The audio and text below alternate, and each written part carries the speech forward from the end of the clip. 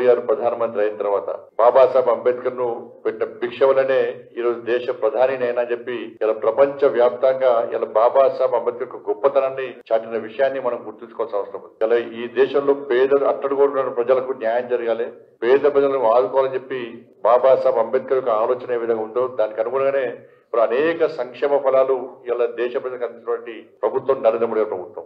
ఉద్యోగాలు తీసుకునే స్థాయి కాదు, ఇచ్చే స్థాయికి రావాలని చెప్పి ప్రతి సంవత్సరం 1,20,000 మంది ఎస్సీ ఎస్టీ వర్గాలకు సంబంధించినటువంటి యువకులను పారిశ్రామికవేత్తలుగా తయారు చేస్తున్నటువంటి ప్రభుత్వం నరేంద్ర మోడీ ప్రభుత్వం, ఎన్డీఏ ప్రభుత్వం. ఈ దేశాన్ని అభివృద్ధి చేయాలని చెప్పి ఒక ఆలోచనతోని బాబాసాహెబ్ అంబేద్కర్ స్ఫూర్తిగా తీసుకొని ముందుకు సాగుతున్న ప్రభుత్వం నరేంద్ర మోడీ ప్రభుత్వం. గతంలో కాంగ్రెస్ పార్టీ బాబాసాహెబ్ అంబేద్కర్ చరిత్రను తిరుమల చేసే ప్రయత్నం చేసింది. కానీ అంబేద్కర్ గారి చరిత్రను స్ఫూర్తిదాయకంగా తరతరాలు గుర్తుంచుకోవాలనే ఆలోచనతోని పంచ తీర్థాల పేరుతోని అభివృద్ధి చేసిన విషయాన్ని గుర్తుంచుకోవాలి. ఢిల్లీ నడిబొడ్డున 200 కోట్లతో బాబాసాహెబ్ అంబేద్కర్ ఇంటర్నేషనల్ సెంటర్ ను ఏర్పడిన ఘనత భారతీయ జనతా పార్టీ నరేంద్ర మోడీ ప్రభుత్వాన్ని. సెంట్రల్ హాల్లో బాబాసాహెబ్ అంబేద్కర్ ఫోటో పెట్టినంటే అది భారతీయ జనతా పార్టీ అటల్ బిహారీ వాజ్పేయి గారి నేతృత్వంలో ఎన్డీఏ ప్రభుత్వం ఒత్తిడితో పెట్టిన విషయాన్ని మనం గుర్తుంచుకోవాలి. ఇలా బాబాసాహెబ్ అంబేద్కర్ కు భారత్ అంతా ఇప్పించింది భారతీయ జనతా పార్టీ. మొదటి నుంచి కూడా బాబాసాహెబ్ అంబేద్కర్ ను వ్యతిరేకిస్తూ ఇవాళ కాంగ్రెస్ పార్టీ వ్యవహారాలు ఎట్లుందంటే చంపిన వాళ్ళే సంతాప సభ పెట్టిన తీరున్నది. ఇవాళ రాష్ట్ర వ్యాప్తంగా ఘనంగా నిర్వహించాలి. ఘనంగా కాంగ్రెస్ పార్టీ ఇప్పటికైనా క్షమాపణలు చెప్పాలి. బడుగు బలహీన వర్గాలకు క్షమాపణ చెప్పాలి కాంగ్రెస్ పార్టీ.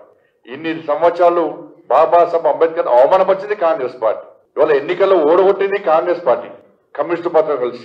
ఓడగొట్టిన వ్యక్తికి పద్మ విభూషణ్ ఇచ్చింది కాంగ్రెస్ పార్టీ.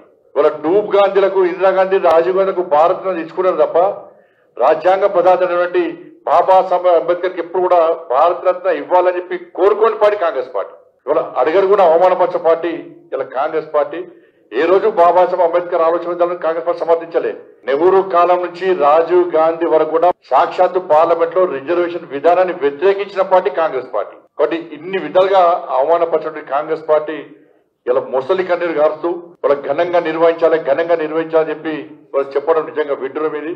కాబట్టి వాస్తవ విషయాలను వాళ్ళ సమాజానికి చెప్పాలన్న ఉద్దేశంతో బాబాసాహెబ్ అంబేద్కర్ స్ఫూర్తిదాయకంగా తరతరాలు గుర్తుంచుకోవాలనే ఉద్దేశంతో భారతీయ జనతా పార్టీ 13వ తారీఖు నుంచి 25వ తారీఖు వరకు కూడా వాళ్ళ సామాజిక సమరసత దినం పేరుతోని అంబేద్కర్ గారి యొక్క జయంతి కార్యక్రమం నిర్వహిస్తున్న విషయాన్ని మనం గుర్తుంచుకోవాలి.